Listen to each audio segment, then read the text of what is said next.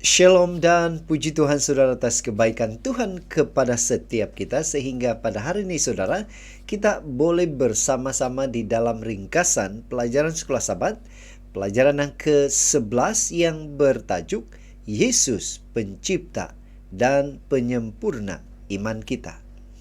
Untuk memulai pembelajaran kita, mari kita tunduk kepala dan kita berdoa. Bapa Surgawi, terima kasih atas kebaikan-Mu bersama dengan kami sementara kami mempelajari pelajaran sekolah Sabat kami pada minggu ini. Dalam nama Yesus kami sudah berdoa. Amin. Puji Tuhan saudara, kita sudah melangkah di pelajaran yang ke-11, yaitu Yesus Pencipta dan Penyempurna Iman Kita. Yang menjadi pertanyaan untuk kita pada minggu ini ialah, bagaimana buku Ibrani menjelaskan apa iman itu dan bagaimana ia diperoleh melalui teladan-teladan masa lalu? Bagaimana Yesus mencipta dan menyempurnakan iman tersebut? Nah, di skrin saudara adalah bacaan ayat-ayat Alkitab yang pasti akan menolong kita di dalam pelajaran pada minggu ini. Ayat hafalan kita, Ibrani 12 ayat 3 mengatakan, biarlah mata kita tertuju kepada Yesus, Sang Pencipta dan Penyempurna iman kita, yang demi sukacita yang telah ditetapkan baginya, rela menanggung salib dan mengabaikan kehinaan salib itu. Dan sekarang ia duduk di sebelah kanan takhta Tuhan. Pendahuluan sekolah Sabat kita. Ibrani 11 dan 12 menggambarkan kehidupan Kristiani sebagai perlombaan, di mana kita semua mengambil bahagian, di mana semua yang tetap setia akan menerima ganjaran. Bab-bab ini 11-12 juga menggambarkan drama penebusan sebagai satu perlombaan, di mana orang-orang beriman dari masa lalu tetap bertahan walaupun menderita, namun belum menerima ganjaran mereka. Kita merupakan babak penamatnya.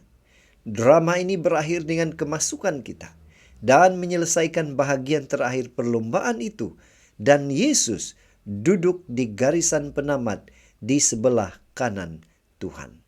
Pada akhir ucapannya, Paulus memperkenalkan tema yang menjadi tonggak bagi orang percaya, yaitu iman. Definisi iman ialah, sekarang iman ialah dasar dari segala sesuatu yang diharapkan, bukti dari segala sesuatu yang tidak kelihatan. Iman adalah keperluan untuk menyenangkan Allah. Dia menyokong wirah iman yang luar biasa, lelaki dan wanita, yang dunia tidak layak untuk mereka. Terdapat tempat untuk saudara dan saya di Dewan Pahlawan Iman ini. Untuk memahami pelajaran sekolah Sabat kita pada minggu ini, kita akan membagikan kepada beberapa topik seperti yang tertera di skrin Anda, ya. Kita langsung ke topik yang pertama, yaitu hidup dengan iman. Orang benar akan hidup oleh iman. Nah, menjadi pertanyaan, apa iman itu menurut buku Ibrani? Apa kita dapat bila kita memiliki iman tersebut? Ibrani 10 ayat 37 sehingga 38, sebab sedikit, bahkan sangat sedikit waktu lagi, dan ia yang akan datang sudah akan ada tanpa menangguhkan kedatangannya. Tetapi orangku yang benar akan hidup oleh iman. Dan apabila ia mengundurkan diri, maka aku tidak berkenan kepadanya. Daya ketahanan adalah ciri umat akhir zaman Tuhan, karena tampaknya mereka tidak akan dapat menerima janji-janji itu. Namun untuk bertahan, orang percaya perlu teguh berperang kepada iman mereka. Paulus telah menunjukkan bahwa generasi padang gurun tidak dapat menerima janji itu karena mereka kurang percaya.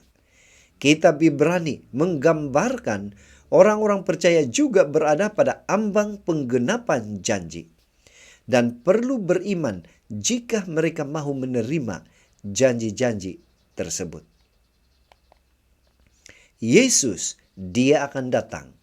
Pasti akan datang kembali. Dia telah berjanji dan akan melakukannya. Yang menjadi pertanyaan, apakah Anda percaya? Jika Anda melakukannya, Tuhan memanggil Anda untuk berpegang teguh pada iman Anda. Jika iman Anda goyah, semak senarai lelaki dan wanita beriman yang akan kita pelajari ini, yang mengharapkan ganjaran. Mereka adalah orang yang setia yang kini berehat, menunggu untuk menerima janji bersama saudara dan saya. Tuhan telah berjanji dan Dia setia. Iman kita datang dari kesetiaannya. Ini bukan tentang tindakan iman yang terasing, tetapi tentang kehidupan iman. Hendaklah kamu setia sampai mati, dan aku akan memberikan kepadamu mahkota kehidupan. Seterusnya tajuk yang kedua yaitu iman Abraham dan Sarah. Bagaimana buku Ibrani menjelaskan iman Abraham dan Sarah? Ibrani 11 ayat 17 mengatakan, karena iman maka Abraham, tatkala ia dicobai, mempersembahkan Ishak. Ia yang telah menerima janji itu, rela mempersembahkan anaknya yang tunggal. Bagaimana iman Abraham dan Sarah? Sarah tidak dapat melahirkan anak, dan itu benar. Namun, dia melawan logik dan percaya karena dia mempercayai Tuhan yang telah membuat janji. Tuhan tidak pernah berbohong. Seorang wanita tua melahirkan seorang anak daripada seorang lelaki yang telah mati pucuk, yaitu Abraham. Kemudian Tuhan meminta Abraham untuk mengorbankan anak yang telah dia berikan kepada mereka. Abraham harus berpegang pada imannya. Iman berdasarkan janji-janji yang telah Allah penuhi. Abraham berpikir, lagipun bukankah anak ini dilahirkan hampir mati? Bukankah mudah bagi Tuhan untuk menghidupkan kembali anak yang sudah mati? Oleh itu Abraham pasti telah mengandaikan bahwa jika Tuhan telah memberi hidup kepada Ishak dari orang mati, dia boleh melakukannya sekali lagi. Melalui pimpinan Tuhan di masa yang lalu, Abraham melihat suatu pernyataan tentang apa yang boleh dia lakukan di masa depan. Percaya kepada Tuhan adalah percaya kepada yang mustahil. Seterusnya, tajuk yang ketiga, iman Musa. Bagaimana buku Ibrani menjelaskan iman Musa? Ibrani 11 ayat 27 mengatakan, karena iman maka ia telah meninggalkan Mesir dengan tidak takut akan murka raja. Ia bertahan sama seperti ia melihat apa yang tidak kelihatan. Bagaimana iman Musa, saudara?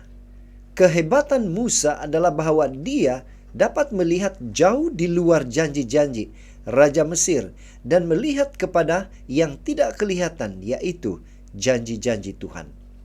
Ibrani mengatakan bahwa kuncinya adalah pandangan Musa tertuju pada upah, bukan pada kekayaan Mesir. Upah ini adalah upah yang sama yang disebut dalam Ibrani 10:35 yang telah dijanjikan Tuhan kepada semua orang yang percaya kepadanya. Kita perhatikan saudara, dalam kehidupan Musa penuh dengan perbuatan iman sejak kelahirannya. Ibu bapanya menyembunyikan dia walaupun perintah raja itu begitu kejam. Dia menolak takhta Mesir. Dia meninggalkan Mesir dengan berpaut kepada yang tidak kelihatan. Dia merayakan Paskah, mengelakkan kematian anak sulung. Dia menyeberangi Laut Mati bersama dengan rakyat Israel. Dia hidup selama 40 tahun dikelilingi oleh mukjizat iman yang berterusan. Saudara, kita boleh belajar perkara berikut dari pengalaman Musa. Penglihatan kita mesti tertumpu pada Yesus tanpa melupakan ganjarannya. Kedua, kita mungkin terpaksa menanggung cemuhan karena iman kita kepada Yesus. Yang ketiga, kita tidak boleh berpegang kepada harta benda. Yang keempat, kita boleh mengharapkan keajaiban dalam hidup kita karena kita mempunyai Tuhan yang Maha Kuasa. Tajuk yang keempat, iman Rahab. Bagaimana buku Ibrani menjelaskan iman Rahab? Ibrani 11 ayat 31 mengatakan, karena iman maka Rahab, perempuan sundal itu tidak turut binasa bersama-sama dengan orang-orang durhaka, karena ia telah menyambut pengintai-pengintai itu dengan baik. Rahab mungkin sekali watak yang paling kita tidak jangka termasuk di dalam Ibrani 11, yaitu tokoh iman. Rahab adalah salah seorang daripada dua wanita yang disebut. Dia adalah yang ke-10 dalam daftar, di mana yang pertama adalah nenek moyang dan bapak leluhur Israel, dan masing-masing mereka dianggap benar. Apabila kita mengenali dia dengan lebih dekat, yaitu Rahab, kita akan dapati bahwa dia bukan sahaja wanita berbangsa asing, tetapi juga seorang pelacur. Yosua adalah seorang yang taat dan setia melayani Tuhan sepanjang hidupnya. Sebaliknya, Rahab tidak mempunyai kebaikan yang ketara. Walau bagaimanapun, Paulus menyebutnya semasa mengingati penaklukan Yeriko, bukan Yosua yang disebut. Kenapa? Karena Rahab adalah contoh iman kepada semua orang yang percaya tanpa melihat. Dia mendengar, dia percaya, dan dia taat. Dia memilih Tuhan tanpa ragu-ragu. Kita boleh mengatakan perkara yang sama dari semua wira yang Paulus tidak sebutkan. Paulus meneruskan, dengan satu senarai kesukaran-kesukaran yang dihadapi oleh ramai orang, ungkapan tidak mahu menerima pembebasan menyatakan maksud tersirat bahwa mereka mempunyai kesempatan untuk melarikan diri, tetapi memilih untuk tidak melakukannya karena pandangan mereka tertumpu kepada upah Tuhan. Seterusnya, tajuk yang terakhir, yang kelima, Yesus pencipta dan penyempurna iman. Bagaimana buku Ibrani menjelaskan Yesus itu pencipta dan penyempurna iman? Ibrani 12 ayat 2 katakan, marilah kita melakukannya dengan mata yang tertuju kepada Yesus, yang memimpin kita dalam iman, dan yang membawa iman kita itu kepada kesempurnaan, yang dengan mengabaikan kehinaan tekun memikul salib, ganti sukacita yang disediakan bagi Dia yang sekarang duduk di sebelah kanan takhta Allah. Eksposisi iman ini benar-benar mencapai klimaks atau maksimumnya dengan Yesus di dalam Ibrani pasal yang ke-12. Paulus memulai surat itu dengan Yesus yang datang dan tanpa menangguhkan kedatangannya. Ibrani 10:37. Dan Paulus menyimpulkannya dengan Yesus yang telah membawa kepada kesempurnaan iman kita. Saudara, Yesus adalah pencipta dan penyempurna iman. Ini berarti bahwa Yesus adalah yang satu yang menjadikan iman itu mungkin dan merupakan teladan sempurna yang menunjukkan apa kehidupan iman itu sebenarnya. Melalui Yesus, iman telah menjangkau ekspresi yang sempurna. Yesus adalah pengasas atau pencipta atau pelopor iman kita dalam 3 pengertian. Yang pertama, Dia adalah satu-satunya yang telah menamatkan perlombaan dengan sepenuhnya. Mereka yang lain yang dinyatakan dalam bab sebelumnya belum mencapai matlamat mereka. Namun, Yesus sudah memasuki istirahat Tuhan di sorga dan duduk di sebelah kanan Bapa. Kita bersama-sama dengan yang lain juga akan memerintah bersama-sama Yesus di sorga nanti. Yang kedua, kehidupan Yesus yang sempurna telah memungkinkan orang lain berlari dalam perlombaan mereka. Sekiranya Yesus tidak datang, perlombaan orang-orang itu pasti sia-sia saja. Dan yang ketiga, Yesus adalah sebabnya kita mempunyai iman. Sebagai satu dengan Tuhan, Dia mengungkapkan kesetiaan Tuhan kepada kita. Tuhan tidak pernah berputus asa dalam usahanya untuk menyelamatkan kita. Dan itulah sebabnya kita akan mendapat ganjaran pada akhirnya jika kita tidak menyerah. Yesus berlari dengan sabar dan tetap setia. Bahkan pada waktu kita tidak beriman, iman kita hanyalah tindak balas terhadap kesetiaannya. Pada akhirnya, Yesus adalah penyempurna iman karena Dia dengan sempurna menunjukkan teladan bagaimana berlari di dalam perlombaan iman. Bagaimana dia berlari? Dia meninggalkan setiap beban dengan mengorbankan segala-galanya untuk kita. Dia tidak pernah berdosa. Yesus menumpuhkan pandangan matanya dengan tetap kepada upah, yaitu sukacita yang disediakan baginya, untuk melihat umat manusia ditebus oleh kasih karunia-Nya. Oleh itu, Dia bertahan dalam segala tentangan dan siksaan. Dia mengabaikan kehinaan kayu salib. Sekarang, tiba giliran kita untuk berlari. Walaupun kita tidak pernah dapat mencapai apa yang Yesus lakukan dengan kekuatan kita sendiri, kita memiliki teladan sempurnanya di hadapan kita. Dan oleh itu dengan beriman kepadanya dan menetapkan mata kita kepadanya seperti mereka yang telah mendahului kita, kita terus maju dalam iman, mempercayai janji-janjinya akan upah yang besar. Pena inspirasi menjelaskan kepada kita, bertujuan untuk menjadi pelajar yang setia di sekolah Kristus, belajar setiap hari untuk menyesuaikan hidup Anda dengan corak ilahi, arahkan mukamu ke sorga, dan tekanlah ke arah tanda itu untuk hadiah panggilan tinggimu dalam Kristus Yesus. Jalankan perlombaan Kristen dengan kesabaran, mendekatlah kepada Tuhan, dan jika Anda ingin mengambil langkah pertama ke atas, Anda akan mendapati tangannya dihulurkan untuk membantu Anda. Jadi saudara, dari pelajaran sekolah Sabat kita pada minggu ini, kita boleh menyimpulkan bahwa buku Ibrani hari ini menjelaskan kepada kita.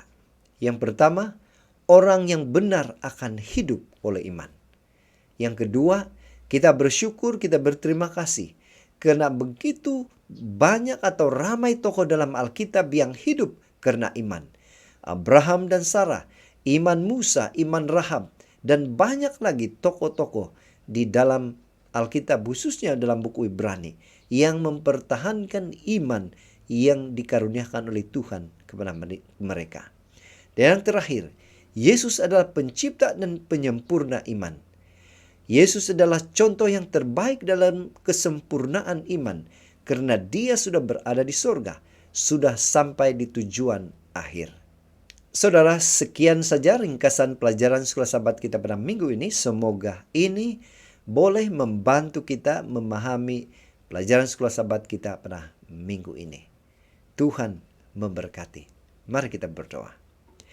Bapa Surgawi, terima kasih atas kebaikan-Mu karena bersama dengan kami, menolong kami, memahami pembelajaran atau pelajaran sekolah Sabat kami pada minggu ini. Dalam nama Yesus kami berdoa. Amin.